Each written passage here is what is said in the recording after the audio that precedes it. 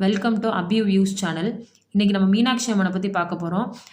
சொற்பொழிவாளர் சித்ரா கணபதி பேசுகிறாங்க, வாங்க பார்க்கலாம்.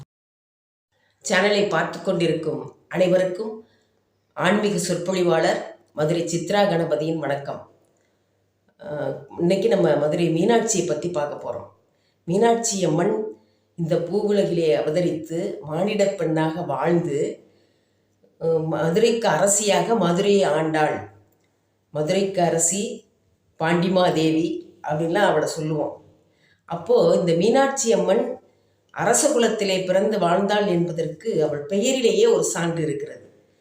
இப்போ அதுக்கு உதாரணமாக சொல்லணும்னா, இப்போது நமது சிவகங்கை சீமையிலே சிவகங்கை அரண்மனையிலே ராணியாக இருக்கக்கூடியவர்கள் சாஹிபா ஸ்ரீமத் முத்து விஜய ரகுநாத கௌரி வல்லப டிஎஸ்கே மதுராந்தகி நாச்சியார். இதுதான் அவங்களோட பேர். இது அரச குலத்து பெண்களுக்கு நிறைய பட்டங்களோட வரும்.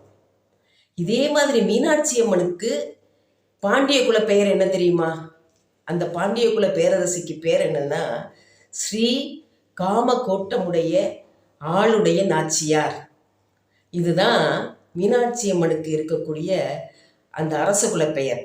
அதனால மதுரைக்கு மீனாட்சி எப்போதும் அரசியாக இருந்து இங்கே இருக்கக்கூடிய மக்களை எல்லாம் மீன் எப்படி தன்னுடைய கண்ணால் இந்த உலகத்தை பார்க்கிறதோ அதே போல இந்த உலகத்து மக்களை எல்லாம் வாழ்விக்கக்கூடியவள், நம்ம வேண்டுதலை எல்லாம் நிறைவேற்றக்கூடியவள் மீனாட்சி அம்மை என்று சொல்லி விடைபெறுகிறேன். நன்றி, வணக்கம்.